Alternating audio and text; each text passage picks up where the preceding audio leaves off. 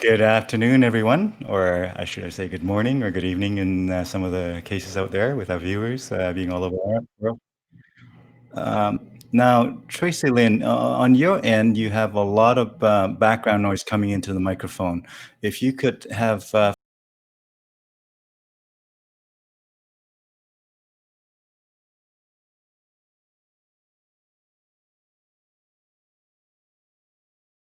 I was just saying, Tracy Lynn, if you could have folks kind of manage the background noise over there, that'd be great. I hear a lot of background noise over there. But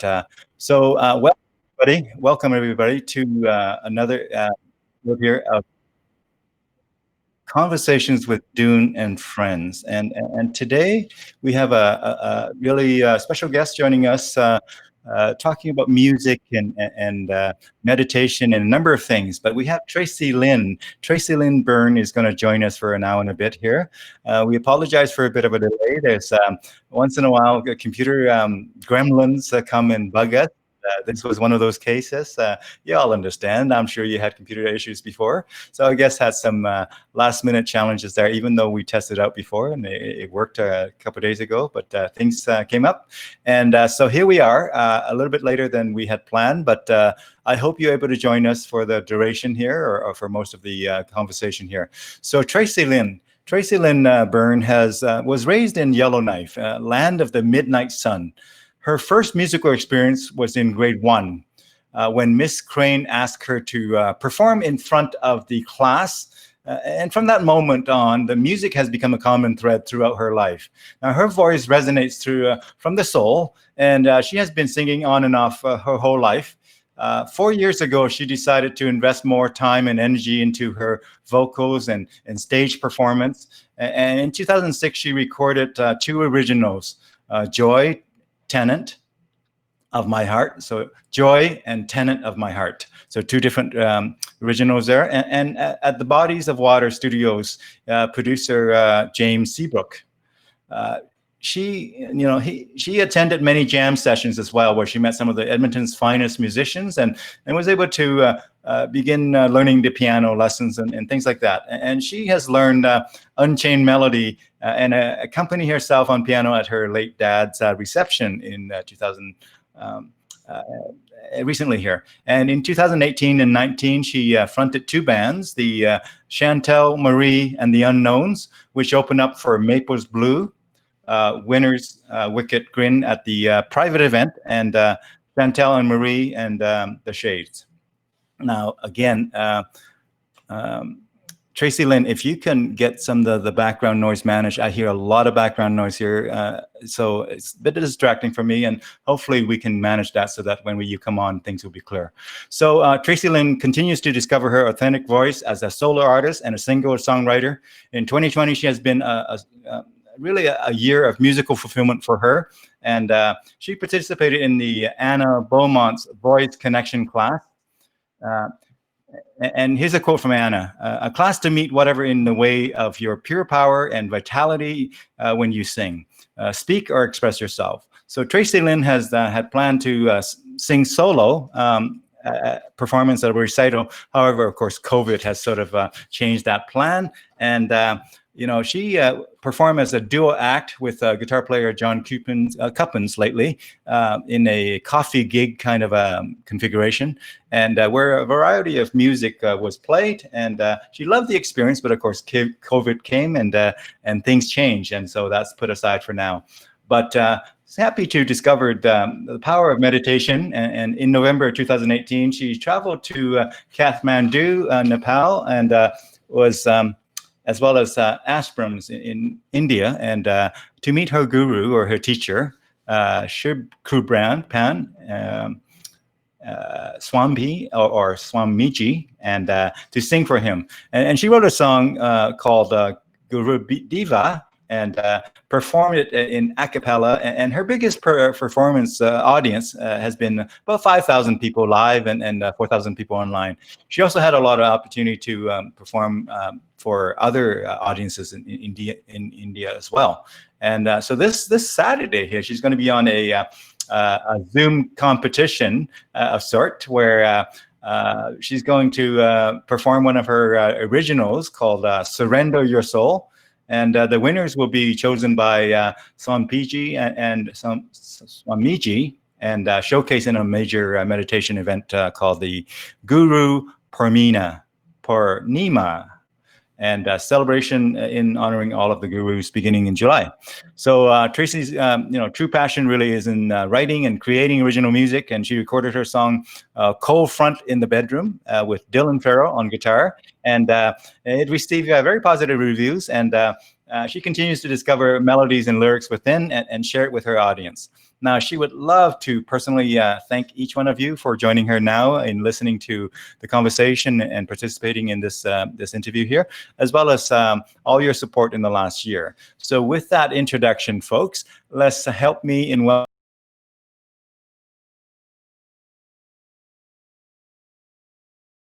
my friend. How are you doing? Tracey, are you able to, let me bring you in here, and welcome. How are you doing today? Hi, Dune. Yes, I'm doing well. Thank you for having me. Thank you for the great introduction. Yeah. Now, maybe before we get into sharing some of your music and sharing some of your stories and insights, tell us a little bit about the journey, the background, how you got here, kind of beyond the introduction. Anything else to add to that may be of interest to our viewers who so who are we talking to today, Tracey-Lynn? Well, we're talking to anyone or everyone out there. This story that I'm going to share is about redemption, about resilience, about, it's never too late to follow one's passions, no matter where we're at in life. For me, it was like you shared in the introduction about singing on and off my whole life. I had met my idol, Michael Poulsen from Volbeat 4 years ago. And, through a conversation with him, really lit a fire within myself. And from there, I just dived in to the music community and just, just really had a passion to go for it. I knew I didn't want to be 90 years old, wishing I woulda or shoulda or coulda, and that the time was now. So the last 4 years have been tremendous. Been learning quite a bit with stage and working with other musicians in the city. So it's been a wonderful experience. But 4 years ago was when I made a decision to just go for it. Yeah. Wonderful. So a bit of a transitional time, a bit of a time of change, certainly. Yeah. So tell us when you first learned to play music, and tell us that story of how you got into music. Well, as a child, I just had a natural gift, and I was always singing along to records. My parents owned an 8-track, so it was a lot of Elvis, it was a lot of ABBA, Marty Robbins, Johnny Horton. So I started singing to those artists at a very young age, and then just continued progressing as I went. And unfortunately, I took a bit of a detour in life. With drug addiction. And then when I cleaned up, lost dreams awaken. There's a saying in the 12-step program I'm in, lost dreams awaken and new possibilities arise. So from cleaning up and regaining the confidence, regaining the self-esteem, and discovering who I am, that part of me, inside of me, that music part of me, started becoming front and center, and I just held on to it. Yeah. So like all of us, we have detours in life, what we have planned. It was lost for many years, buried underneath it all. So it's finally coming to light, coming to life. So it's important to share our gifts with others, because that's what it's all about at the end of the day. You bet. Well, thank you for sharing that, and I'm sure you'll share some insights along the way in the conversation here. We'll run certainly beyond the 1 hour mark kind of thing, if necessary, to kind of hear from you. And so we're not rushed for time. So we got plenty of time today. As much as I have some client work that I need to get back to, this is important. So let's give it the time that the appropriate time allocation here. So tell us. You're enjoying playing music and whatnot. Tell us about the thing you're doing on Saturday. Maybe let's start there. Let's start in the present. In fact, in the future, what are you doing on Saturday? Tell us about that. Well, this is really exciting. So the board of trustees, Barash, who lives in Newfoundland, he contacted me a few weeks ago, and he asked me to participate in this competition. And wow, I was like, 2 weeks, that's limited time to write the song, create the song, come up with something from the heart. It has to come from the heart. And so there was a bit of pressure, time restraint there. However, I got it done, and I wrote the song Surrender Your Soul, and it's all about surrendering and letting go. We live where I've lived. I'll just speak for myself. I've lived in the past, and that was full of like anxiety. And then I've also lived in the future where it was full of fear. So the song about surrendering, is about being in the moment, is about letting go. And it's about like a practice of being in the moment. So it's a really soulful song. I'll be singing it a cappella. And Swamiji picks the winners. So for me, it's a win-win situation. I get to sing to my guru again, and he gets to hear the song from my heart, from my soul. And yes, and if it gets chosen, it will be showcased at that Gurupurama event beginning of July. It falls on the full moon. And I'm really excited. I've been really busy these last 2 weeks, focusing on the song and making sure it comes from the heart and not from the head, and just Wonderful. And sort of living the COVID style of what is it, remote, but really, when you think about it, even without COVID, this would have been difficult to do in person. So the remote ability to perform and connect is powerful, especially when you have people like in the circles that you operate there is global, so it's not like just local folks. So even without COVID, you probably would have done this online and virtual, right? Who knows? Like probably not if it was going ahead. Thousands and thousands of people travel to this ashram in India for this event. So this is the first time for the Samarkand meditation to host this online. I see. Like I said, it's like 55,000 people. It's huge. It's a huge ceremony honoring the gurus. And so, you know what?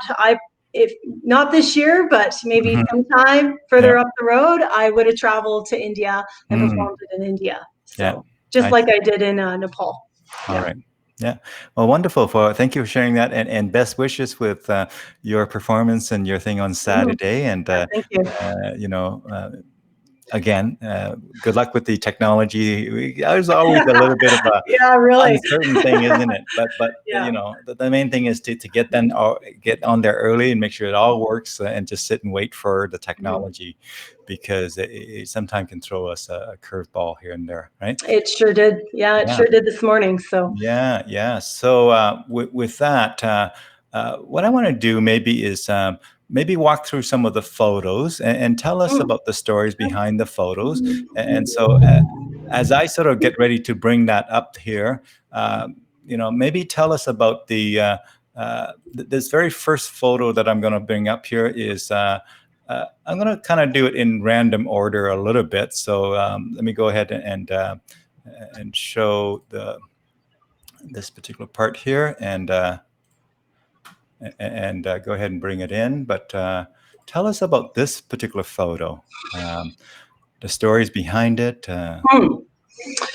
So this is Swamiji. This is my guru, my meditation teacher, spiritual teacher.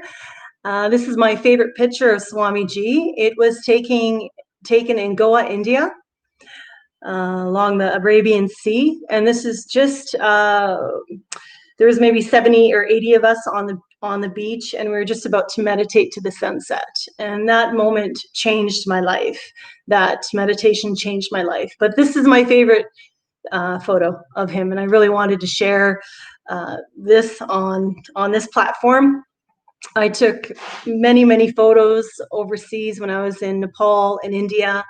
However, Dune, I didn't post anything on Facebook at the time. I didn't want to be on Facebook. I didn't want to be distracted with what was going on here in Canada, Edmonton. It really didn't mean anything to me.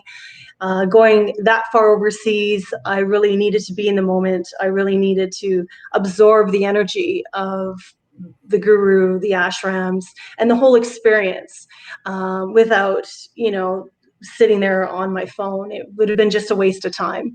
But yeah, this is my favorite picture of Swamiji. Yeah. Yeah, Mr. Jim Dick, our friend there, chiming in, and he knows a thing or two about meditation, right, Mr. Dick? I know he has said in one of the interviews that we had, he said he's going to spend more time, especially during COVID here when he has a bit more time. Yeah. So. Yeah. Well, he wrote, I didn't know you were into meditation. So a little bit of a backstory, Dune and Jim. I started meditation 2009. And when I was first introduced to it from my sponsor in the 12-step program I'm in, so she took me to this meditation center, and I'm sitting there meditating. I'm rolling my eyes. I'm like, this can't end soon enough. But, with practice, like anything else, with practice and consistency, I've learned to love it. I've learned peace of mind is where it's at. Inner happiness is the new success. And it brings me so much joy. And I just feel so at peace with myself and everything when I meditate. So, yeah. Well, there's the whole theory of displacement. If you want to kind of change, you have to embrace some new stuff. And with the time and energy that we have in our day, if you embrace so much of the new stuff, it will do, it can't help but push out the old stuff because you don't have time and energy and even mind space to even think about that. So yeah, gravitating to something new and immerse yourself in such a way that that it just sort of claims your hours of the day, claims your time and energy, whatever that happened to be. So it sounds like you have chosen to do that when you went overseas there. You just kind of let that full immersion sort of act on it. And during that time, it displaced sort of everything else that was, and you were able to go through that journey, kind of freely. Good. Yeah, absolutely. Well, thank you for sharing that. Thank you for sharing that. In terms of the next photo, let's kind of go there. And now can you see the next photo? I'm going to sure can. make it a little bit bigger here for you. Yeah. Tell us about this. So the last part of my journey overseas, I attended an international retreat this was in Goa, India. This was on the beach, the same beach as the previous photo. And these are all the participants in the international retreat. I am way at the far end of the photo. I'm in Burgundy, and we're just getting ready to meditate to the sunset. And it was such a mind-blowing experience. And at that moment, my meditation just expanded, and it went to another place of thoughtlessness in that moment. And yeah, it's so significant in the shift that I had within myself. But these are all the participants in retreat. Great group of people. I really loved my time over there. Really loved connecting with other people who follow the same meditation, Samarpan meditation, who have come from all around the world to be a part of this. It was an 8-day retreat, and that's how I ended my month overseas. So it was just wonderful. It was really wonderful. In other words, the human, mind and heart and soul are very powerful. It can kind of direct it itself in ways without really a lot of what I call material aids and whatnot. You don't, in that environment, you were just with nature and yourself and others, and we're able to find fulfillment in that simplicity. Mhm. Yeah. Okay. Absolutely. Wonderful. Well, thank you for sharing that. Let's look at this next photo. Yes. So the event in Kathmandu was 3 days, and this is at the end of the event. And most of the people in this photo here, I did group tours with. We all stayed at the same hotel in Kathmandu, and so we went and saw the Himalayas. We went to different temples. We, went, all over Kathmandu, and what a great group of people. And this is also the event where I sang a cappella Gurudeva to Swamiji. And it was just, every day is just like winning the lottery when I'm in that kind of energy. So Wonderful. mm-hmm. Here's an up close kind of view of it. Yeah, and that's the event there. I tried to get the video of me singing, however, I hadn't got it. So you'll surface one of these days. She's sending it over. It's from a lady in Singapore who's got it. So I see. Yeah. You bet. Wonderful. Tell us about this one. Well, okay, so this is my favorite rock band of all time, Volbeat. This is at a meet and greet last August, and the guy in the white t-shirt is Michael Poulsen, who I just admire so much. I love his voice. And besides that, I love his lyrics, his songwriting. It's just so beautiful. He's got the biggest heart ever, and he writes from the heart and soul. And it's just, If anyone hasn't heard of Volbeat, I highly recommend checking them out. So having a conversation with Michael Poulsen, August 2016, really lit that fire within me to continue on in this musical journey. But it takes time and energy. It takes an investment, and it takes courage. I've had a lot of naysayers along the way who were, what are you doing? Why are you hanging out in bars? And you're not going anywhere if you're just sitting at home. And being clean for myself, I cleaned up to have an amazing life. I cleaned up to follow my dreams, whatever that looks like. And I cleaned up to follow my dreams. I didn't clean up Dune to be miserable, to be sitting in the corner, to be depressed. And, of course, everybody goes through their ups and downs, the roller coaster of life. However, with meditation and with having a really great attitude of being thankful for what life has given me, there's just an energy. There's just an energy out there that helps me when I help myself. So back to Volbeat, very inspiring. I love these guys. I've had conversations with the bass player, and he's such a nice person. So they really inspire me to keep going. I do want to kind of pull out what you said there about the you cleaned up to live an awesome life. You didn't clean up to just live in fear or to live just away from any dangers, because frankly life is dangerous. Did you hear the story about a very famous aviator back in his days, decades and decades ago, Howard Hughes? Does that ring a bell? It rings a bell. Yeah, he is an aviator. He's basically makes any modern kind of, really tycoon looks pretty kind of minor, because he was the top of his game, in all aspects. Great looks, great personality, great wealth and innovation and aviator and all of that kind of stuff. And at the end of his life, the way I understand it, based on the documentary that I watch, is that he got so fixated on fear, that he was basically locked himself in his own house, never to leave. And I won't go into all the details of how extreme it went, but there's an example of somebody who actually flipped from one kind of fairly polar extreme to the other extreme. So it can happen that we can somehow, whether it's medical reason or chemical or otherwise, allow ourselves to live in so much fear that in that extreme case, it was quite a contrast to what it was before. So what I'm hearing you say is that, you recognize the challenges, you recognize the danger of, for example, going into performing into bars and the environment that it has, and the temptation that could be there. But it was worth the risk to live the life that you envisioned, rather than just be completely fearful of it. Well, and to be honest, I wouldn't suggest that to somebody who just cleaned up like a month ago. Hey, go into bars and go. Like I had a serious foundation within myself. I had my feet grounded in recovery before I made that decision to, walk into that space and energy.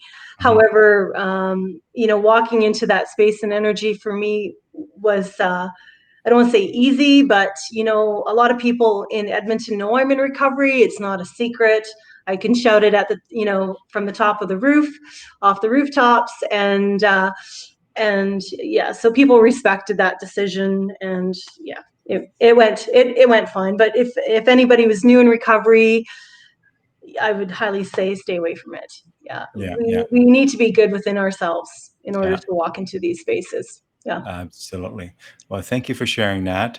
And let's look at the next photo here. Tell us the story behind this. This is more probably recent. Is it this year or last year? Probably this year. This is this year, March 5th. So yes, John Cuppings on guitar and I were looking at doing duos. And so this was at Lucci's Coffee, and Sean Kaminsky hired us to do this coffee gig, which I really loved. I really loved doing the duo energy, the people who were in the area, in the coffee area. It's not really a coffee shop. It's like the foyer of a building, where they're set up. But everyone that came walking through or sat in on a couple songs really enjoyed the experience and really enjoyed what we had to offer. There was definitely more duos lined up, some more gigs lined up, but I guess they'll be when they'll be, right? But I learned, what the interesting thing is, I learned some new material, some Beatles, Led Zeppelin, some stuff I would have never thought I would like.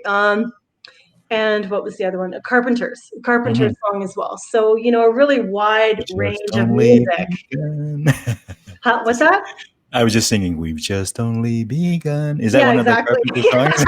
Yeah. So no, we didn't. No, the song was called Masquerade. But yeah, it was such a wide variety of music, and we had such a great time performing these songs. And Sean really loved us and welcomed us back. So we'll be going back at some point. Yeah. Yeah. That's great. Yeah. Tell us about this. Ooh, yeah, this was an interesting evening. So this happened, I believe, February 2018. Excuse me. This man is Charles Tolliver. He is a trumpeter. He's an amazing trumpeter, jazz artist. He comes from New York. And so there was myself, John, and somebody else in the Yardbird suite. And we're going to check out Charles Tolliver. And we happened to be sitting by the railing where the musicians walk in and out. And so they went out, they did their first set, and it was just, wow. It was just mind blowing. It was really, really interesting because I'm really not into jazz. But as Charles was walking back into the back from the stage, I reached out and I thanked him, and we just clicked. And he came out, did a second set, and then he invited John and I to the back and then to his hotel room, and we ended up spending some time with him. and him and I have been, I don't know, talking on and off this past year and a half, and I look up to him as, he's not just my friend, he's a mentor. He's a mentor. He's got so much experience in the music business, and those are the kinds of people that I want to connect with and learn from. Most importantly, is learn from. So he's just a tremendous person, friend, mentor. Love him dearly. Can't wait till he comes back to Canada. So, yeah. Yeah, great. Well, thank you for sharing that. Here you are, one of the stages. Yeah. So I picked this photo out because I think it's a great photo. It's a great photo of me at a jam. I've got many photos and videos of me singing at jams, and I just thought it was a wonderful photo. It was taken by Lindsay Redford. He's actually a trumpet player here in Edmonton, and yeah, I just thought it was a great shot, and it really accents all the features and hair and stuff, and I wanted to share it. Yeah. Yeah. Wonderful. Thank you. So thank you for sharing the stories that came with those photos. And, coming back to maybe music and maybe sharing the kind of a video or actually an audio clip. What I'm going to do is because it's an audio clip, I'm going to do this. I'm going to roll the audio clip, and I'm going to have these photos just sort of display in a slideshow kind of thing. But perhaps introduce that first clip for us, which I believe it is titled, let me use the right voice here, Cold Front in the Bedroom. Tell us about that. All right. So this is, my girlfriend asked me if that was my current situation. Yeah, it is not. So this song came to mind, came to heart. I'm inspired left, right, and center, being a musician, throughout my life, walking through, this journey. So I was working up at Syncrude for Jacobs years ago, maybe, I don't know, 7 years ago. And my girlfriend called me, and she was just like stressed out. She wasn't having a good time. And she was like, Tracey-Lynn, there was a cold front in the bedroom last night. And I just start laughing. And of course, I'm not laughing at her, I'm laughing with her. And I tell my girlfriend, this would be a great title to a song. And so from there, I wrote the song with more of like a country feel, with very much different lyrics. And then I rewrote it last year. And so then I recorded it this year with Dylan Farrell. But yeah, no, it's got, it makes me laugh, like the title of the song, because it's true, right? We've all been there, right? So, but this isn't a song about, the end of a relationship. This is the song of like, hey, reconnecting, and things are going very well, where once they weren't going so well the night before, like the cold front in the bedroom has ceased. So there you go. Yeah. Just like the ceasefire of a war. Yeah, ceasefire. Now could you tell me if you hear the sound when I go ahead and play it here? Sure. I'm going to go ahead and play it. Let me thumbs up if you can hear the sound. Okay.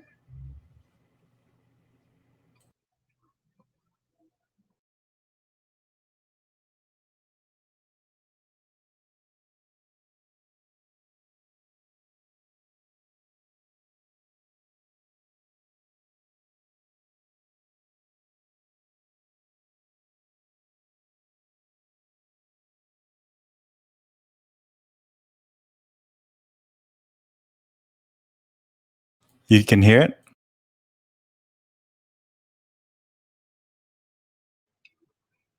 Can you hear it? Nope.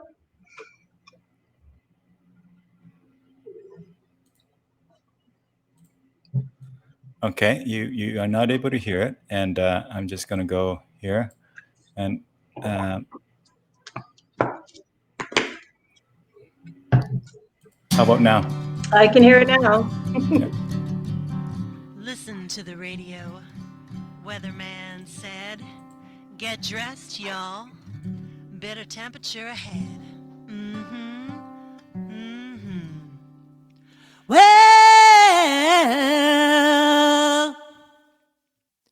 I woke up this morning with a leg and arm around my heart. The breeze coming in off the window, reflecting the sunrise.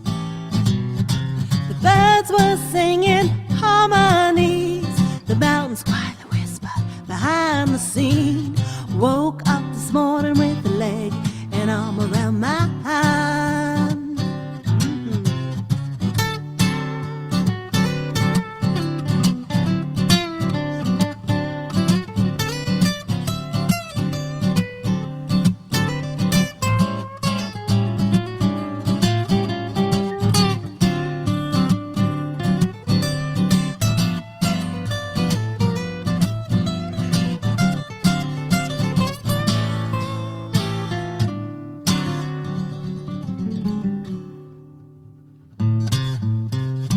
Cold front in the bedroom, lifted last night. Cold front in the bedroom, -30 all the time. My baby and I figured it out. Our love is stronger than these gray clouds. Cold front in the bedroom, lifted last night. Cold front in the bedroom, our souls on fire. Our souls on fire. Our souls on fire. Our souls on fire. Well, I woke up this morning with a leg and arm around my heart. The breeze was coming off the window, reflecting the sunrise. The birds were singing harmonies, the mountains quietly whispered behind the scene. Woke up this morning with a leg and arm around my heart.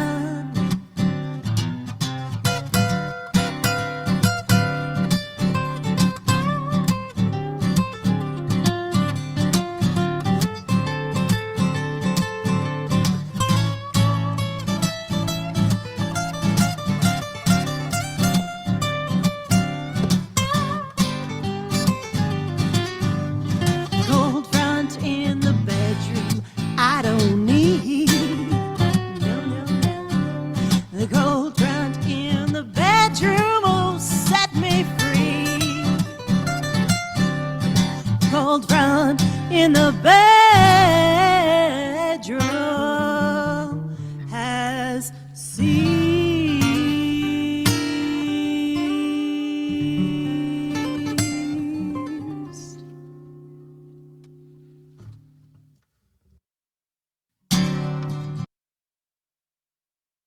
Awesome.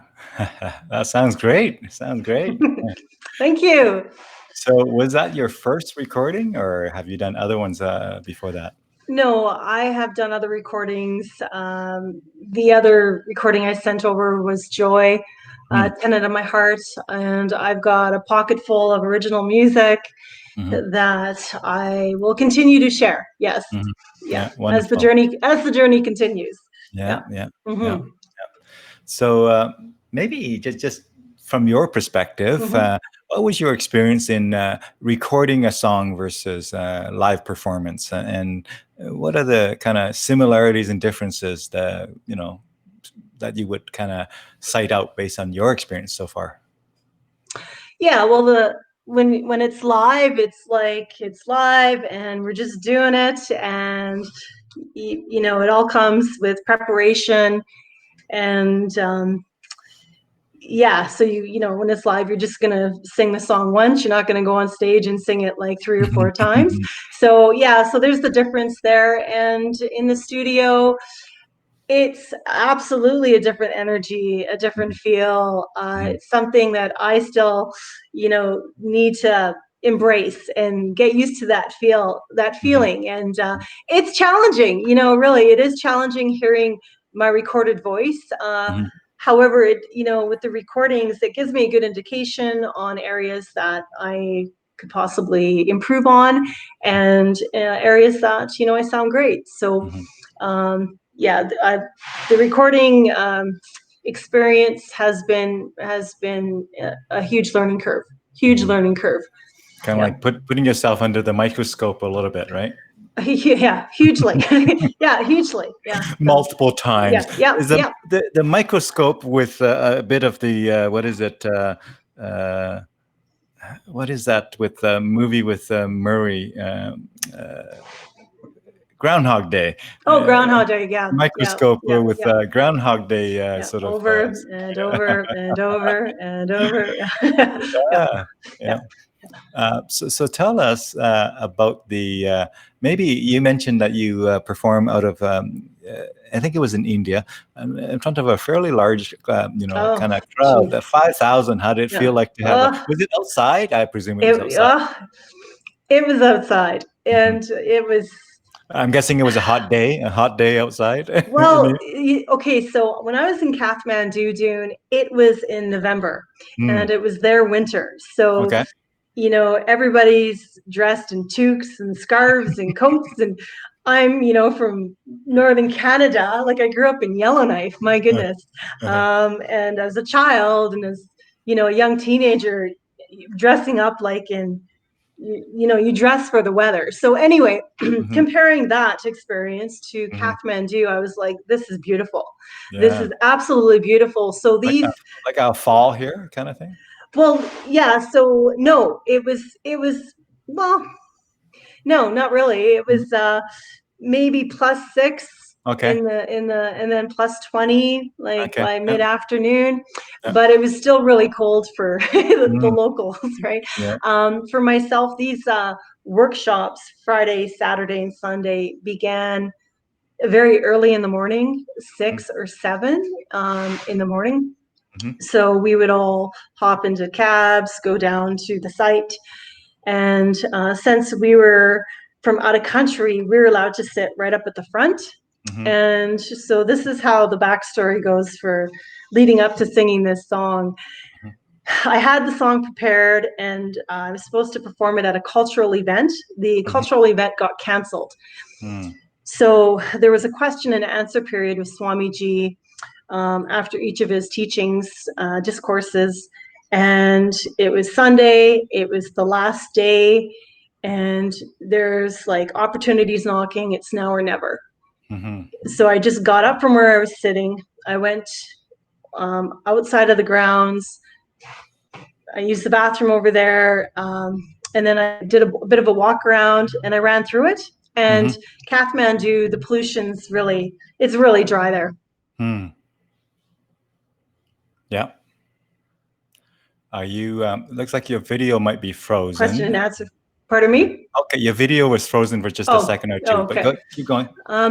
So anyway, I get in the lineup for the Q&A, and there's like maybe 15 people in front of me, so I'm thinking I have time just to like relax, get into the moment. I'm just like, there's thousands of people at this event, and then all of a sudden I feel this tap on my shoulder, and this guy goes, "You got a question?" And I'm like, "No, I have a song." And he's like, "What?" And I'm like, "Yeah, I have a song."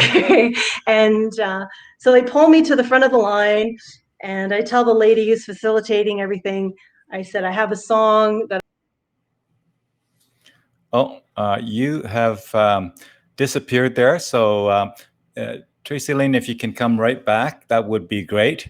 And while you are out there coming back here on the sort of the internet world, I'm going to play the next video clip here. And so I'm going to go ahead and cue it up here, folks. Let me just cue up the next song, which is titled Joy. So let me just go ahead and start playing it here.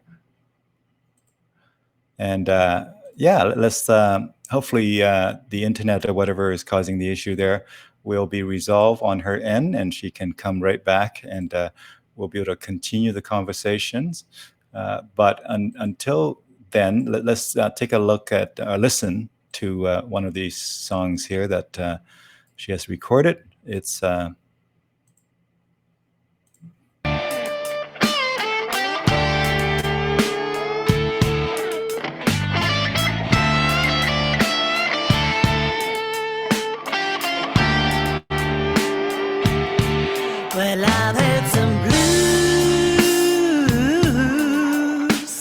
Can you hear the music, Tracey-Lynn? Yes, I can. Deep All right. within Well, listen. my soul.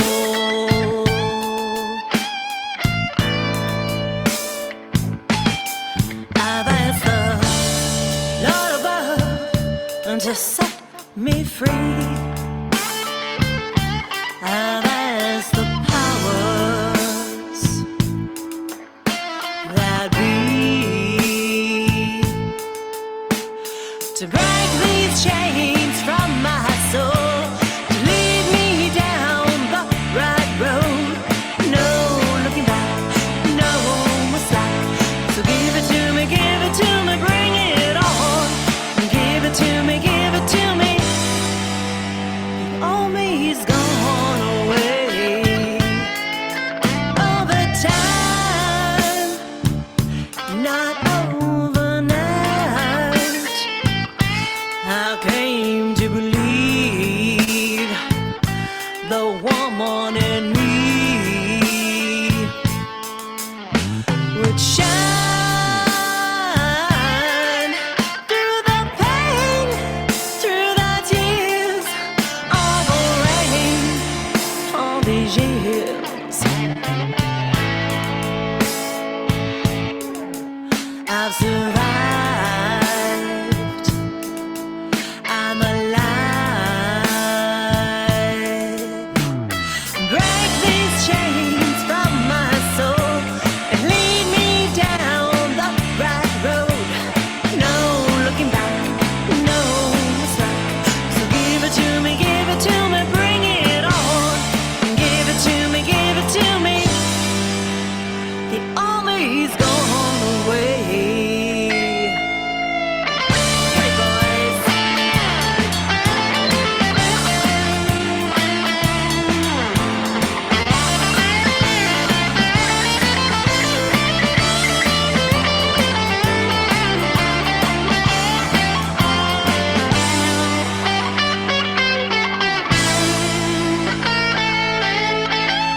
Break these chains from my soul, lead me down the right road.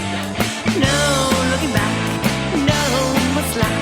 So give it to me, bring it on. Give it to me, The army's gone away. Oh, what a joy. Oh, what a joy. What a spiritual joy.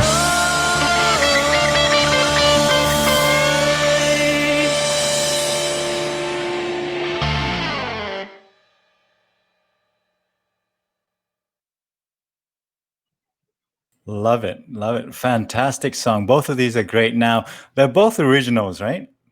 Yes. Yes. How long did it take you to write each one of these? And how long, what's the journey to these songs? If you could tell us a bit more, that'd be great. Okay, so with just to backtrack with the Guru Deva, so I sang it for Swamiji live in front of that huge crowd. It was nerve-wracking as heck, and the writing process that comes with Guru Deva, well, it means all the answers are within. So we spend our whole lives. One of the things that Swamiji has taught me is we spend our whole lives, trying to get to know other people, trying to get to know this, trying to get to know that, that. And the answer is within ourselves. We need to really get to know ourselves.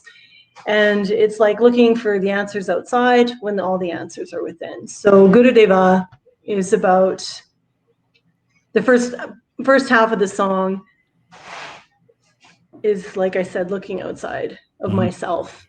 And then the second half is about, wow, it's all within. It is all within. It's all within the soul, all within the spirit. And it was an amazing experience. It was just a tremendous experience singing to Swamiji. And after I sang, I was crying. I went back to where I was sitting and I just started bawling because it was such a like such a build up to that moment. And I was so thankful. I got up and I just went for it. And that's, you know, that's what life's about. It's just going for it and showing up for myself.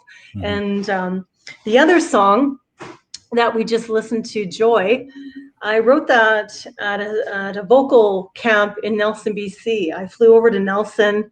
There were 16 of us. It was a weekend vocal camp. It was just quite a learning curve. And our last assignment, all of us had to write a song and perform it in front of the class. And so that's where Joy came from. And I was like Dune, it was such a joy to be clean. Like this song is about being in recovery. This song is about being off the shit.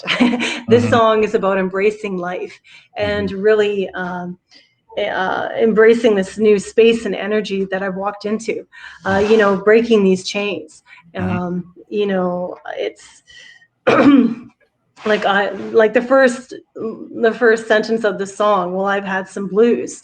You know, it wasn't just blues. Well, yes, you know, collectively, but all the feelings, you know, that go along with that was like the despair, the isolation, the, you know, no self-esteem, no confidence, that all encompassed being, you know, a drug addict. And then cleaning up, like I said earlier in this broadcast, you know, I discovered the light within.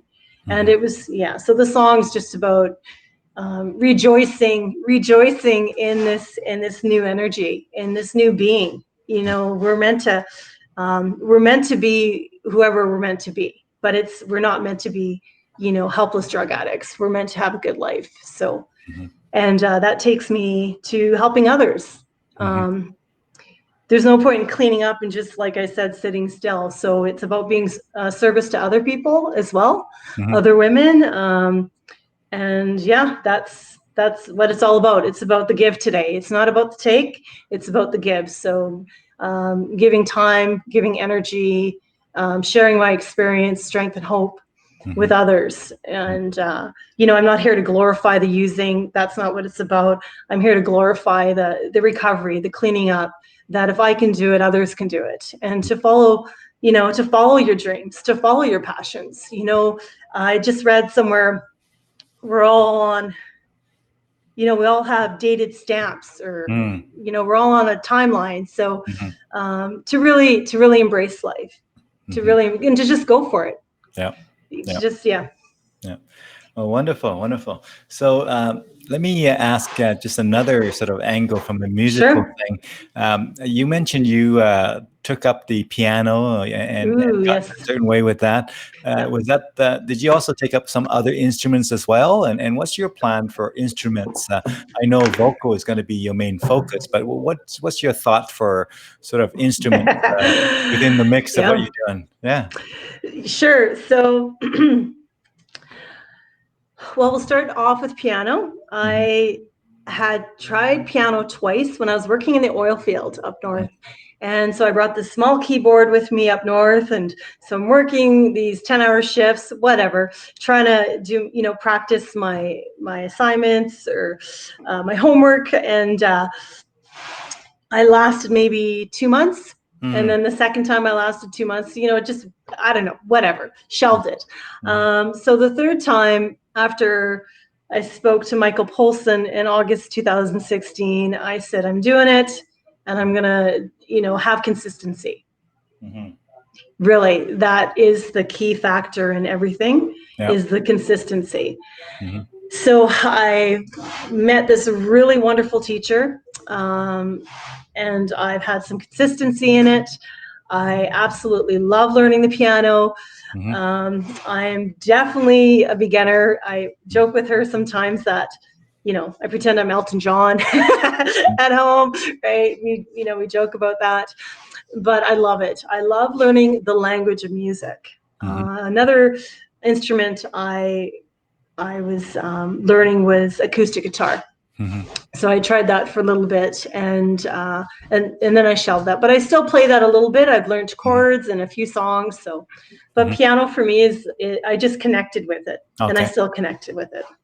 Yeah. Excellent. Yeah. Excellent. Well, you know, interestingly enough, as much as guitar, I mean, I'm a guitarist and I love guitar, right? And I'm comfortable with guitar, but guitar is not as, in some ways for singing along and whatnot. Piano is even more powerful because you got the rhythm section and the sort of accompaniment on the chord and solo. It's just, it's a very versatile instrument as well. Right. It's just a little bit more, a bit of a more weight typically to cart around than the typical acoustic guitar, right? But it's a very powerful instrument. Yeah, yes, absolutely, and it's challenging when starting this, not starting this, but stepping into this decision. It's like when I made the decision 4 years ago. It's like the energy, the universal energy was just helping me out in all kinds of ways, and it's challenging being 42 and starting to learn an instrument. It's, I'm busy as it is, but it's doable. It's doable. So I'm really loving the journey with the piano. Yeah. 40s is the new 20s, I hear. Yeah, I feel great. You know what? I feel great. I cleaned up when I was 32, so that was the perfect age to shift. Yeah. Well, wonderful. Thank you for sharing that. And best wishes with the piano journey. And I think you'll add to just more flexibility for you as a singer-songwriter kind of focus, right? So, with that, tell us a bit more about, so you are, is it one sort of a duo that you are working with right now? That's probably your main musical project right now, is it? Yeah, so right now it's recording another original song and expanding on the last song as well. And yes, learning new material with John and doing some duos. Absolutely. We really love the feel of it all. So wonderful. Yeah. We know that duo is a very it's a very powerful and convenient kind of packaging. When you got 4 or 5 band members, it's always take more coordination, versus just 2 people. And we've seen some great duo around town who's been doing it for years and years and years, who have gotten really kind of just synced up well. And so it's great. Congratulations on that journey. It's very intimate. I find it very intimate, and it's very intimate for the audience or the people listening. So well, best wishes with that journey. And tell us the highlight of your music career. What would be a story where you say this was top of mind when I think about the musical journey? Is there one that comes to mind? I would have to say the Nepal moment was pretty spectacular. Yeah, that was pretty spectacular. And also singing at the international retreat 2 more times for Swamiji. And it's it was such a out of body experience singing in Nepal. Yes, like once I'm locked into that energy, then something else takes over. And I don't know if you know what I mean, but there's a certain energy. Like sometimes there's that connection, not sometimes. There's been a few times I've been able to connect with that energy within myself, and and then it radiates out within to the listeners. And it's really really beautiful with that connection. So well, on that note, tell us a bit more about the meditation. What was some of the kind of either practices or lessons that you learned in the meditation? What's your kind of routine these days here in Canada? Tell us a bit more about your meditation perspective. Well, like I mentioned before, with anything else, there needs to be consistency. And the sweet spot for anything is consistency. So with meditation, I recommitted to my daily practice January 1st. So my daily practice consists of half an hour of meditating. I've missed maybe 2 days, 3 days since January 1st. So with so if I can share anything with anybody, it's about getting consistency. Mhm. And then with the consistency, there develops this like peace of mind. And I'm not saying, stuff doesn't happen, Dune. Yes, life of course happens. And however, with that inner peace and that inner happiness, it makes it so much bearable. Mhm. And to have faith that everything's going to be fine. Everything, like I didn't have faith at 11:45 today, right? Like when the computer wasn't working and all that, I was pretty freaked out about it. But you know what? Everything works out in the end. And to have that complete faith and to walk in faith, and the meditation I do isn't based on religion or anything. It's just based on connecting with a universal consciousness, a universal energy. So it's about connecting with that energy, and the connection is the sweet spot. But to get there, it takes practice, just like music. It takes a daily practice. Yeah, I talk about meditation all the time. Meditation is part of the 12-step program. So I really, it's who I am, right? The music, the meditation, the recovery, all shaped who I am today. So it's really important for me to share a message of hope. Like what was once my mess is now my message to Absolutely. others. Yeah. Hey, you one of my fellow speakers actually has that as their kind of a bit of a slogan. They say, your mess is your message. I love it. Your mess is in fact your message, because it's through that you hone a clarity on a certain aspect of life that is very maybe helpful to others, and that becomes your message. Yeah, and to be, and like I mentioned, service to others who are struggling, who need help finding their way. I cleaned up to help others. That's what it's about. So maybe today, hopefully someone listening will see that there is hope. We don't have to live in this darkness, and people can regain themselves. Regain their spirits. Right. Wonderful. Yeah. Now, do you have a funny story of sort that you might want to share, either in your music or in your meditation or in your international travels? Any story that sort of struck you as being a bit of a funny incident that you want to share? Sure. Well, so I'm in Hong Kong. So when I flew over from Edmonton, I went from Edmonton, Vancouver, Hong Kong. I stayed overnight in Hong Kong, like a day and a half, whatever. And from the following day evening, I flew from Hong Kong to Kathmandu.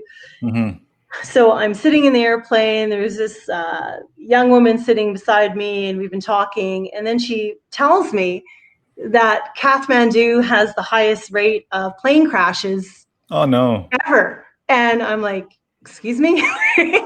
and she's like, yeah, because their technology isn't up to date with our technology. And so there was a bit of fear in the landing. We did land safe, but you never want to hear that, as you're about to, come down, excuse me, for your landing. It was a little frightening. It was, to know that, right? And so I land in Kathmandu, Dune. It is midnight. I'm in the airport. I'm by myself. Like the destination is meeting other people that meditate, Samarpan meditators. They're called Sadics, at the hotel. But it's midnight. I grab my luggage. I pay for a cab inside the airport.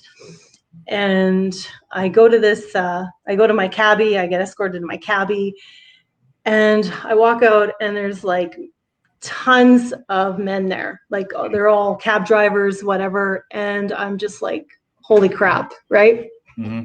Little fearful, but anyway, so this cab driver says, oh yeah, I know where we're going. And I get in the cab, and he obviously did not know where we were going. It scared the living crap out of me, because in Kathmandu, the roads aren't straight. It's not north, south, east, west. The roads are very windy. So he's taking me down back alleys, and Everything's shut down. There's no people out. You see the odd stray dog, and so I can just feel my heart going boom, boom, boom. And thankfully, I got the hotel receptionist on the phone, and I passed my phone to the driver, and we eventually got there. And so I get my luggage, and then I run into the hotel, and I'm like, I thought I was gonna die. And the guy just starts laughing, and somebody who I eventually became friends with on the couch, who was waiting for another couple to show up, he just starts laughing. But at the time, it's funny now, but at the time, being a woman and traveling on my own has had its moments. But I did end up getting safely there. But yeah, it's a different energy in Kathmandu for sure. Like it is a third world country, and it was an eye opener. It was definitely an eye opener. Yeah. But I survived. I survived. I met my people at the hotel. I had a great time the 10 days I was there. So, and I'm sure it made it even sweeter, the fact that you had some kind of challenges, some tentative scariness and whatever have you, that makes the safety even more precious, isn't it? Sometimes we take safety for granted, and then when that safety is maybe on the line, and we're aware how unsafe we might be, then it just feels much nicer to even just have nothing but safety, like you really say, so extreme kind of difficulties can really help us kind of reset our expectations a bit, I think. Absolutely. Absolutely. Hey, I'm going to put you on the spot by saying, I know. All right, come on, give it to me. There you go. You ready? I know that I said that this particular technology here that we're using called BeLive is not good with mixing, kind of instruments and vocal on a live performance. It's okay for playing back recorded stuff. However, I think you're no stranger to a cappella. And so without preparation, without having you ask, if you want to do one, is there a song that you would be willing to sing some of or part of or the whole thing as much as you want, a cappella in any key that you like? No is a valid answer. If you don't feel up to just kind of taking on one now, no is fine, but I want to offer, because I know you've done a cappella before. Maybe this is the time to bring it out again, my friend. Sure, I could sing a couple lines from the song I'll be performing tomorrow. Yeah, as many lines as you like. Just keep on singing until you figure that's enough. Really up to you, and no pressure in any key you like. Yeah, no pressure, right, dude? It's only the World Wide Web out there. All right, so I guess this would be, a little bit of a run through anyway for tomorrow. It's going to be on Zoom. So anyway, they'll happen to stumble on this today, and they say, "You don't have to do anything tomorrow. We know what it's about. Well, you're good. You're the winner." All right, go ahead whenever you're ready. Again, no pressure. All right. So once again, the song is called "Surrender Your Soul."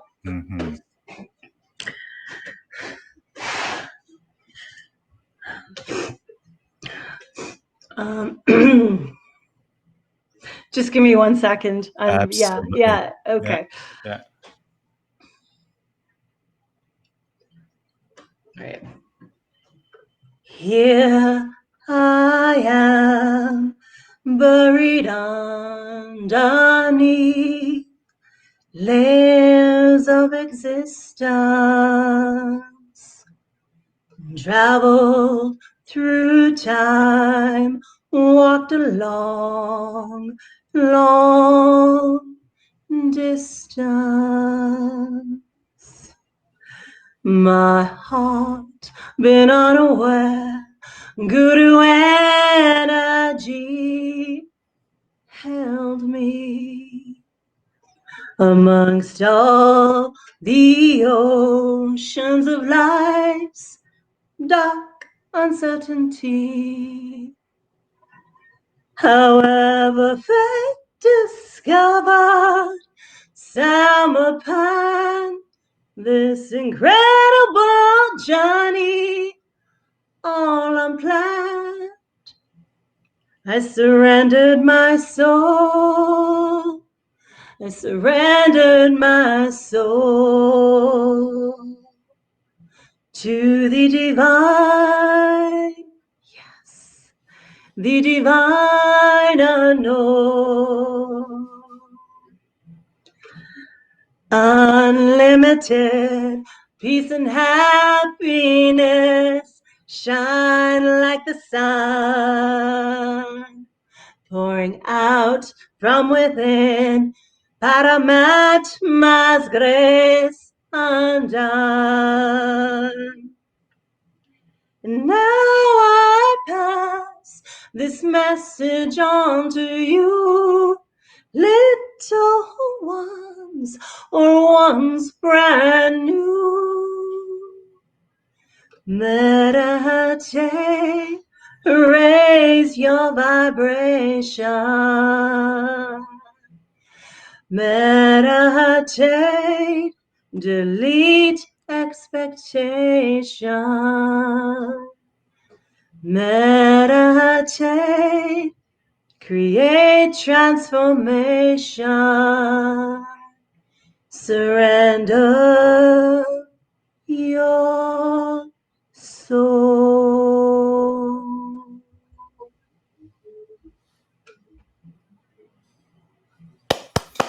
Fantastic. Thank you. That's wonderful. Thank you for sharing that with us on a bit of an unannounced request from me. I really appreciate it. And I'm sure our viewers will too. It's a special surprise. Well, thank you. Yeah, thanks for asking. You know, it's a challenge definitely accepted. So, well done. I'm not used to singing sitting down, but you're very welcome. Well done. Well done. Yeah.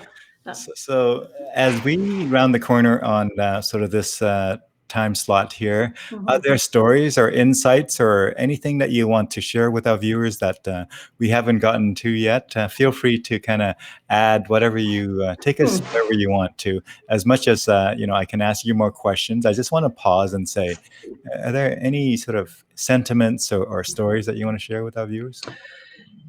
Absolutely. This journey, I've reached out to people who are the elite in their profession, to gain, to learn from their experience and their feedback and their expertise. And when I began 4 years ago, I took a couple lessons from Rhea March, stage performer, teacher.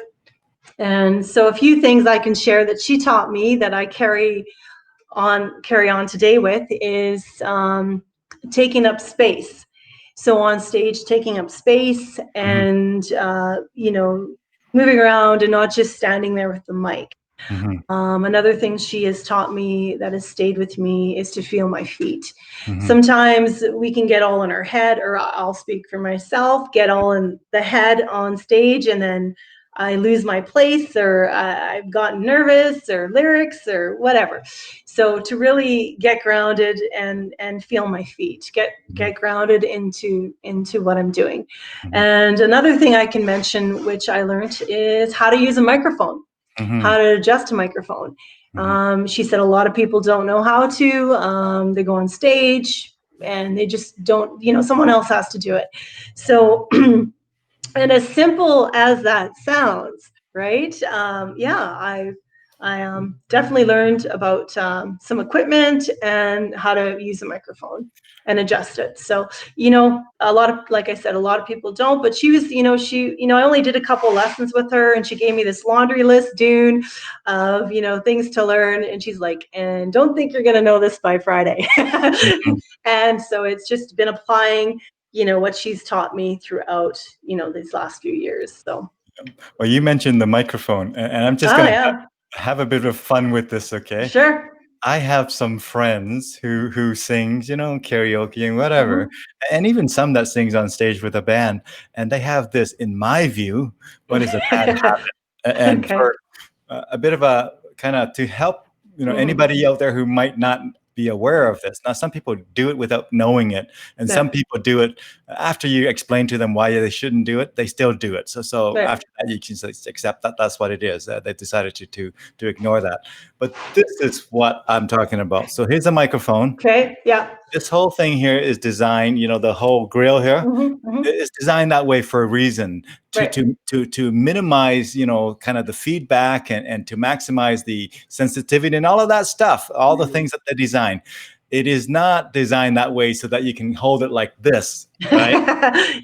And then you complain why the sound person cannot make you sound good, or why is there all kinds of uncontrollable feedback? You can't have a loud monitor because you have killed. It would be like me going out there singing and putting on, I don't know, what would be the most intrusive I could put on, let's say a 3-inch thick, kind of mask on, like really thick mask on, and try to do a singing performance and complaining why it doesn't sound good. Well, it's not going to sound good because your mouth was not designed to be covered like that. This thing was not designed to be covered like that. Right? So, I mean, you can tell I'm a bit passionate about that. Yeah, for sure. Who on stage and they do that, and first of all, I would just ask them. Now, some of them do not know. So the moment they know, they do this, and I say, "Thank you so much. You're helping the sound people, you're helping everybody. Thank you so much. I know it might look a bit cooler doing this because you've seen some cool people doing it, but looking cool and sounding bad is not a good thing. So they do this." And then there's some other performers, even after you explain it to them, they still do this anyway, in which case I just let them be, right? But, you can bring the horse to water, but you can't make it drink, right? So some people don't like drinking that. No, absolutely. And we did talk about the mic and, the how to hold it properly and, all that jazz. So I hear what you're saying. What you're saying. Now, some of my sort of alternative music, and some friends will actually come back and tell me, but Dune, my sound is, characteristic of this. When I do this, I get my sound. Fair, good, okay. If that is your sound and you need to do that to get your sound, wonderful. But you are creating more challenge for the sound engineer and everybody in the room. But that's okay. But if you need to do that to get your sound, you're just creating challenges for everybody. That's fine. But I'm talking about people who are not aware what they're causing. So be aware what you're causing when you do this to the mic. Not a good thing. Anyway, I hijacked your story to kind of go on a bit of a public service announcement. That's fine. No, it's great. Yeah. All right. Well, let me. So, do you have anything else to share before we sort of start wrapping up here, Tracey-Lynn? Just want to relay what I've already said, that it's never too late to follow your dreams, whether that would be music, whether traveling, whether that's whatever, writing a book. People, we need to follow our dreams, pursue these ideas we have. I, for myself, like I said, don't want to be further on up the road, having any regrets. So the time is now, and the time to step into this space and energy is now. So I just encourage people to just go for it, to take this opportunity that we have, being alive, being mobile, being mentally, having our mental and our emotional well-being intact, and our physical well-being intact, to just travel, to eat the good food, go visit people, say I love you, just to live a good life and really embrace it. And like I said, we're not meant to be depressed or miserable. Like, yes, once in a while, but we're not meant to be that all the time. We're meant to just live a fulfilling life. And anybody who's new to recovery or struggling with addiction, just know that if I can get clean, you can get clean. And to go to meetings and get support from other people that can show you the way, myself included. It's all about giving back. Like I said, Dune, today's about the give, not the take, and to show love and respect to others. So I mean, honestly, our lives is enriched by the value that we bring to others, right? Absolutely. The more value we can bring to more people, the better our life is going to be in the long run, right? Yeah, we feel good, and it feels good to give. It feels good to be of service. Yeah. Absolutely. Definitely. But even beyond feeling good, I really believe that, well, when you think about work, what is work really? You do something that somebody values so that you get something back in return. Now, in that case, it happens to be, wages or salary or whatever have you. Yeah. But the whole world work on the principle of if you provide enough people with value, then your life would be more enriched, typically, in different ways, whether it's monetary or whether it's joy or whatever it is. So I think giving is in fact how we live a better life, giving in different forms. Now, as we wrap this up, Tracey-Lynn, you can do it one of two ways. One is tell us a really powerful story that is top of mind, or you can tell us 3 words that you like the viewers to keep in mind as they think about this conversation. Viewers who might be viewing now, as well as viewers who are viewing later in the replay. So either one of those. Now, if you feel ambitious, you can do both of those. I'm pretty flexible. I'm an easygoing guy. So anyway, those are 2 ideas for you. Tell us a story that's powerful and top of mind that you want to share, and or finish with 3 words that you want our viewers to think about. Sure. So the 3 words that I can leave everyone with is keep moving forward. No matter what, just keep moving forward with confidence. Ask for help. Ask for help. There's so many people out there that feel that this journey, they're all alone. And, I have a great support system. I've met so many great people in the music community. I have a great family, and, we need each other. And whenever I sing Stand By Me, Dune, I start off by saying life is about connection. Life is about love, and that we don't have to go through this journey alone.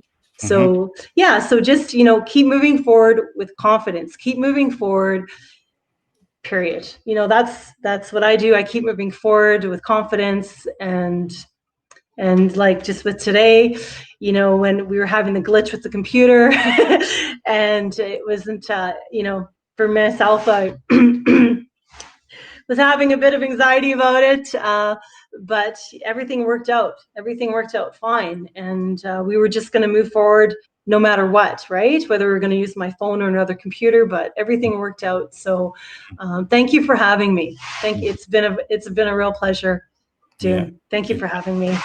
Thank you, Tracey-Lynn, for joining us. And for our viewers out there, you have been listening to Tracey-Lynn Byrne, who, again, have shared her journey with overcoming drug addiction and the lessons learned from that, immersion into meditation and purposeful living and all she learned from that, as well as the musical journey that's been on and off, but now is squarely in the center of her life, that she wants to devote a lot more time and energy to it.